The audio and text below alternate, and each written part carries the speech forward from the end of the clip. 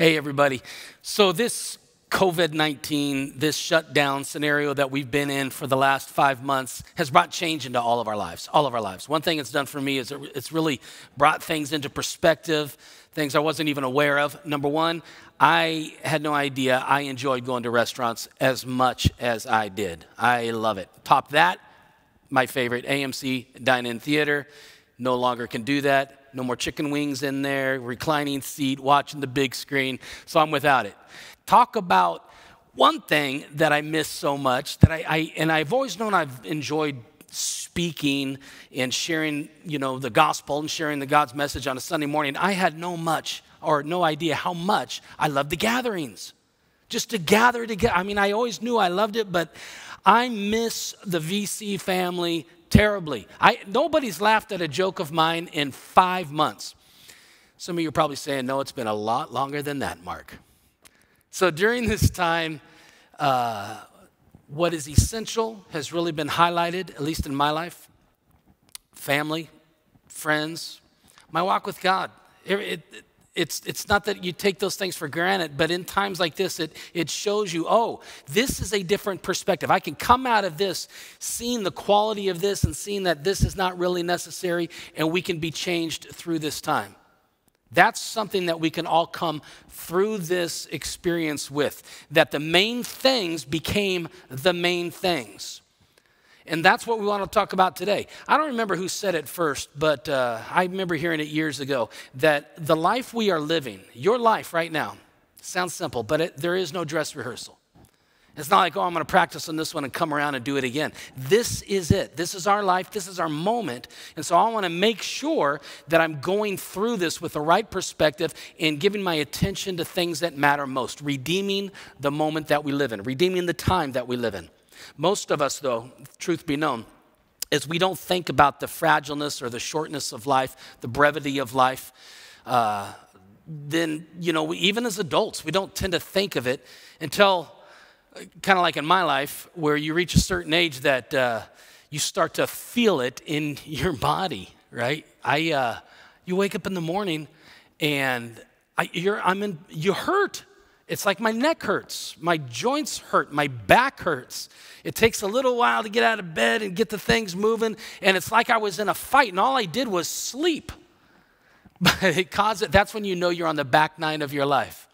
So we're looking at something right now today where we look at how do I live life to its fullest, knowing that this life is very fragile and very short. So we're going to look at a faith that puts life into perspective. We're in James. We've been in the book of James. I'm looking at James chapter 4. We're going to read verses 13 through 17. You ready? You can read it out loud with me. Here we go. Now listen, you who say, today or tomorrow we will go to this or that city, spend a year there, carry on business and make money. Why, you do not even know what will happen tomorrow. What is your life? You are a mist that appears for a little while and then vanishes.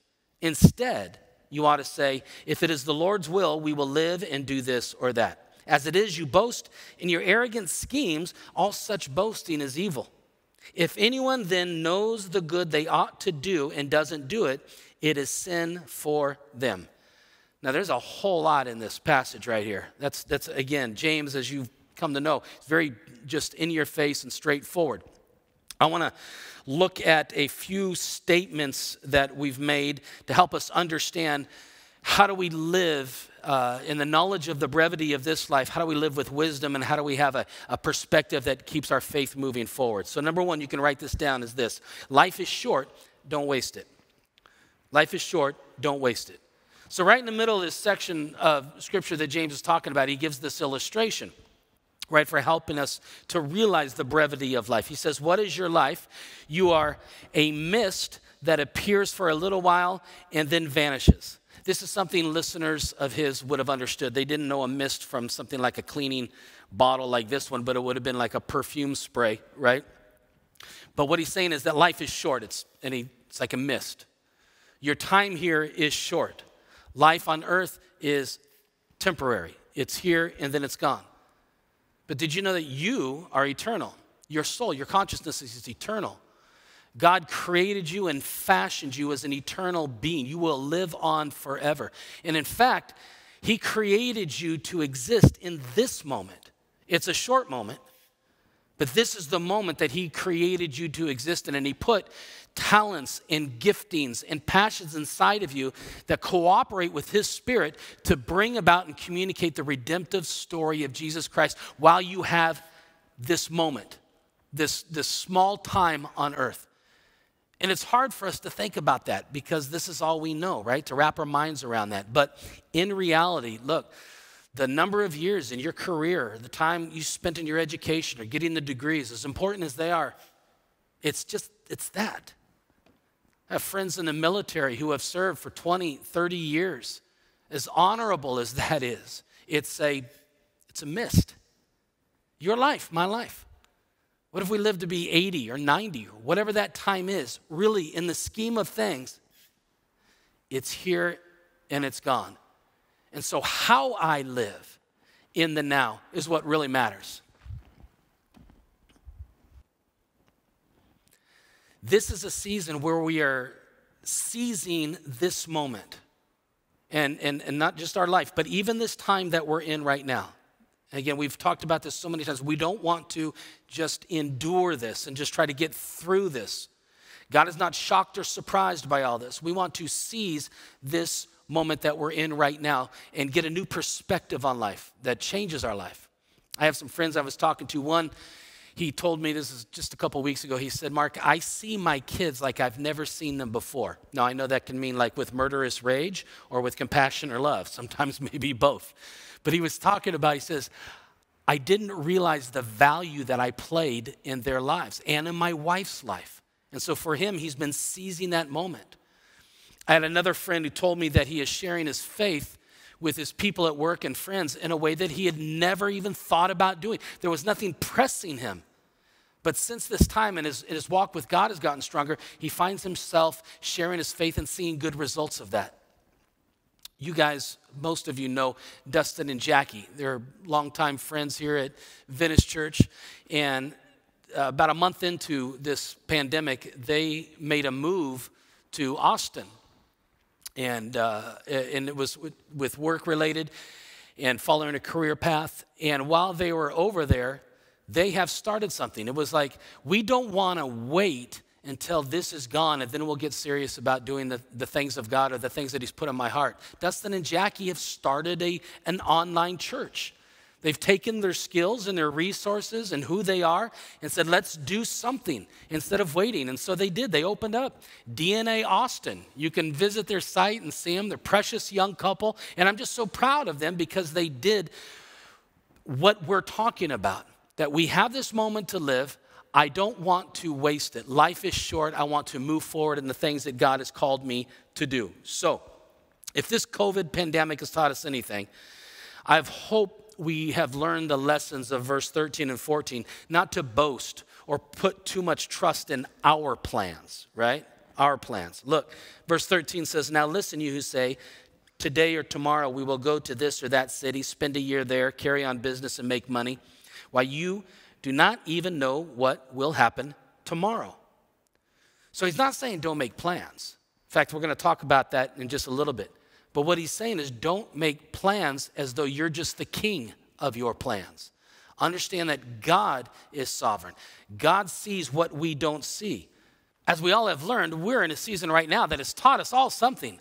We're not in control. There are things that we cannot control. And we didn't see it coming. This leads to the second point that we have here, and that is this. God knows, I do not. That's just a fact. God knows, I don't. He's in control.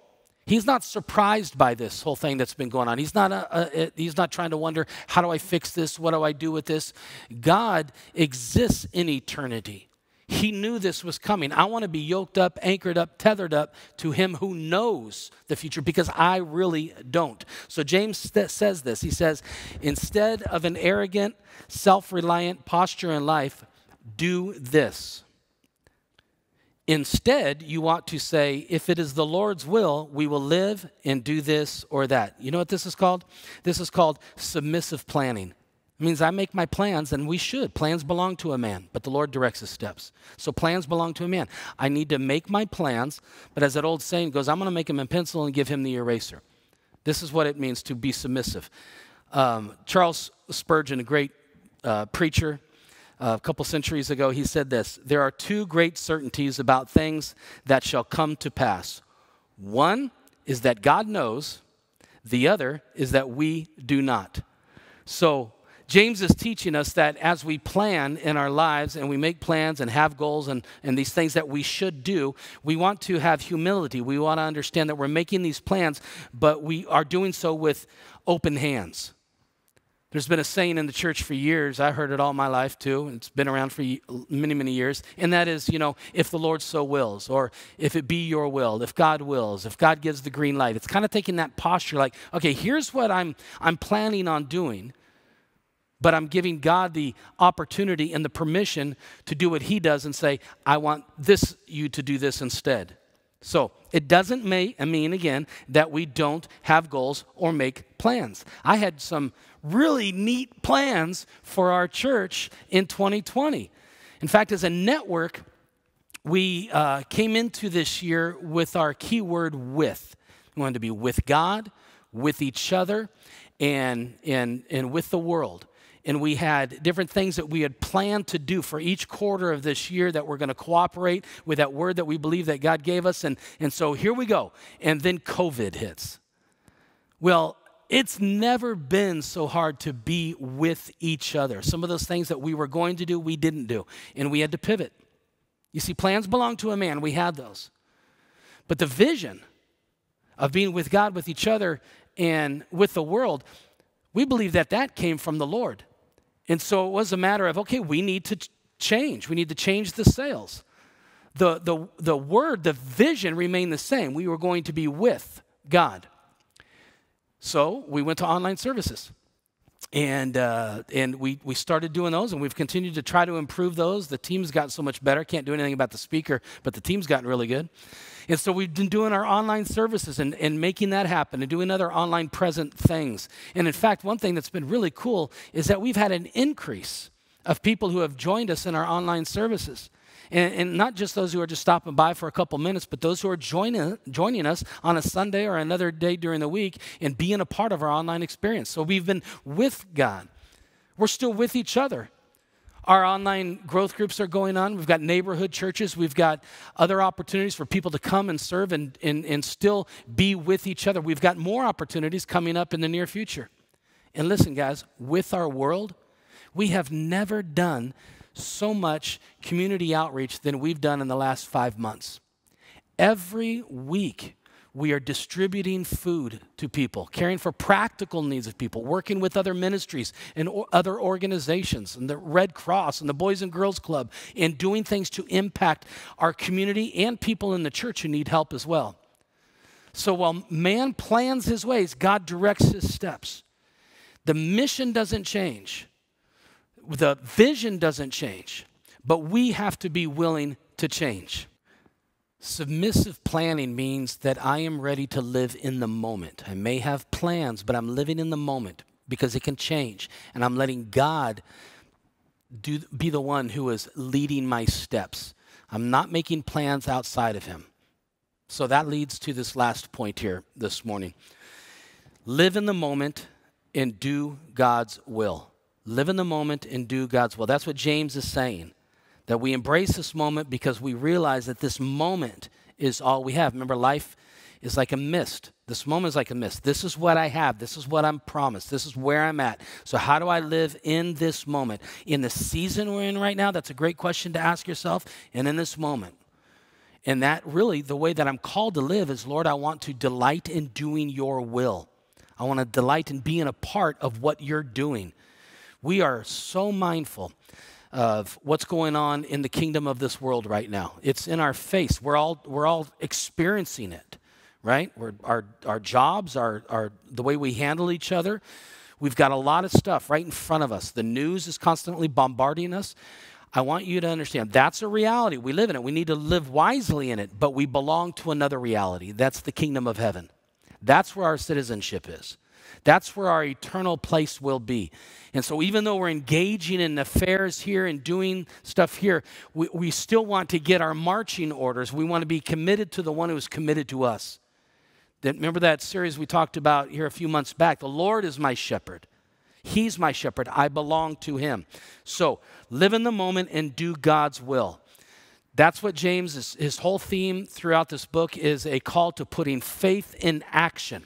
You say you believe, that's great. He's saying, show me your faith by your works. And so how can I do God's will right now? And then look how he says this in verse 17.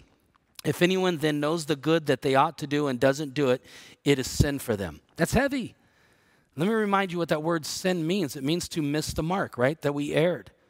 And so he's saying that as you live in this moment, as you live your life, and it's the brevity of this life, he's saying if you are not about doing God's will and you miss the mark, you're missing what's best, and that's sin.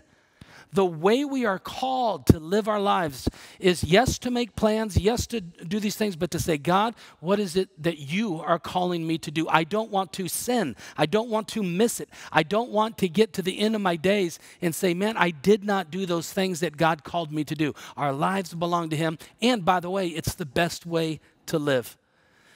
I want to share with you a testimony from a man named Mark, great name. He belongs to our church network family, and he had to face some things that are the hardest things in the world to face.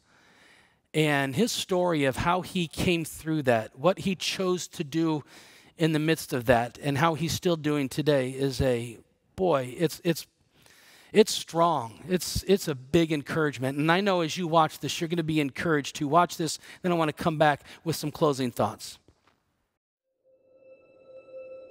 You know, I was a police officer in Maryland for 6.5 years and saw death all the time. Not all the time.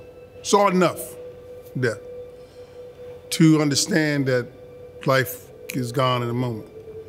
But it doesn't hit home until it hits home. My wife went into the hospital Thursday before Easter, 2017. She'd been in the hospital the whole weekend. She was having pain in her chest. We didn't know what from or why.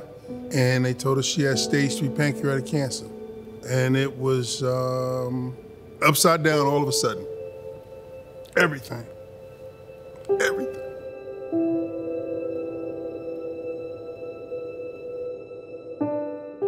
You know, the shock was, what are we gonna do? This cancer thing is a rough roller coaster ride. You have to lean on God. You have to lean on God. He's the only thing that got me through it. And she had a lot of highs. We thought we had made it through. We thought we had got through it. And then look.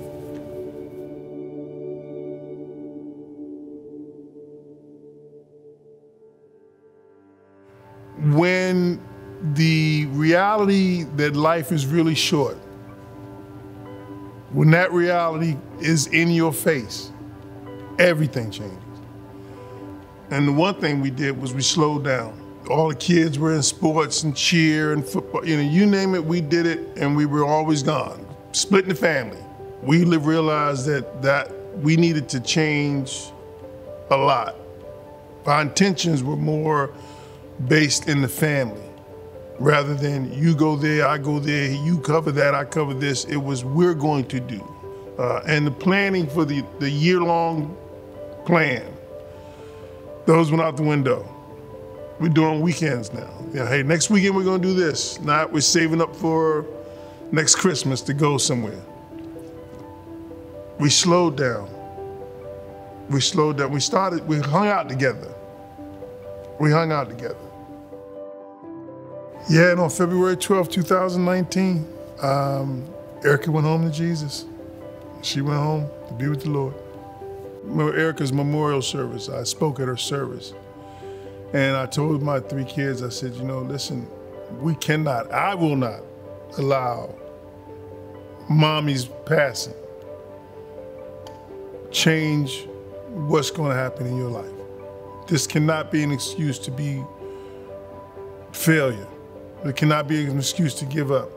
You can't be angry at the world. And so my job is going to be to show you that you got to keep focused on God. You got to stay with God. God is going to lead you as long as you follow.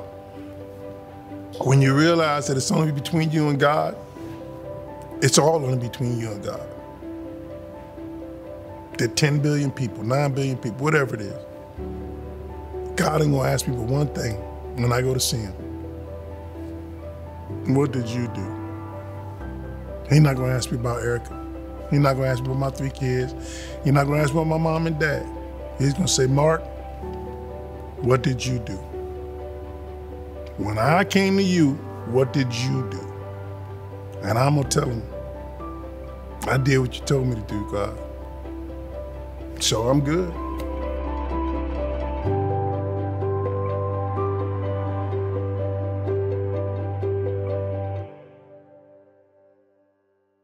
Man, I told you that was powerful. It's touching, it's moving, it's a lesson, it's an encouragement for me. And I hope it was for you too. That is an example of what James is talking about. How do I handle with the shifts that come in life? Am I adaptable? Am I letting God speak to me in every different situation of life, saying, Lord, here I am, I'm listening. What are you calling me to do? For Mark, it was focus on those kids. Get them through that. So we're not going to quit. We're moving forward. We're going to trust God. What is God? Here's the closing thought. What is God calling you to do in this moment? Our life is like a mist. We want it redeemed. What is God calling you to do this week? Where should you pivot this week and say, you know what, I've been doing my own thing here. I've been focusing on the kingdom of this world. I need to realign myself with the king of the universe and say, Lord, I'm your servant, I'm your son, I'm your daughter. Speak to me, lead me. I want to be about your will. So can I pray for you right now? I'm praying this prayer for myself too. Constantly, Lord, you show me, you do it. Let's all pray together. Father, I thank you that you love us and you have a plan. You said we are your workmanship. We are created in Christ Jesus to do good works that you prepared in advance for us. Lord, I pray for everyone who calls upon your name that is a follower of yours. Lord, you'd speak to them. Give them ears to hear. Give me ears to hear. What are you saying to us right now? We don't want to go through this season and have missed what you are calling us to, and we certainly don't want to go through this life and have missed it. Lord, so speak to us and help us this week. We ask it in Jesus' name. Amen. We're going to move into a song right now called Till I Found You. It's a wonderful song, and I'm going to come back at the end, and I just have a couple closing remarks for you guys. Okay. Hey, sure hope you enjoyed that video. If you did, if you're encouraged by it, hey, would you do me a favor?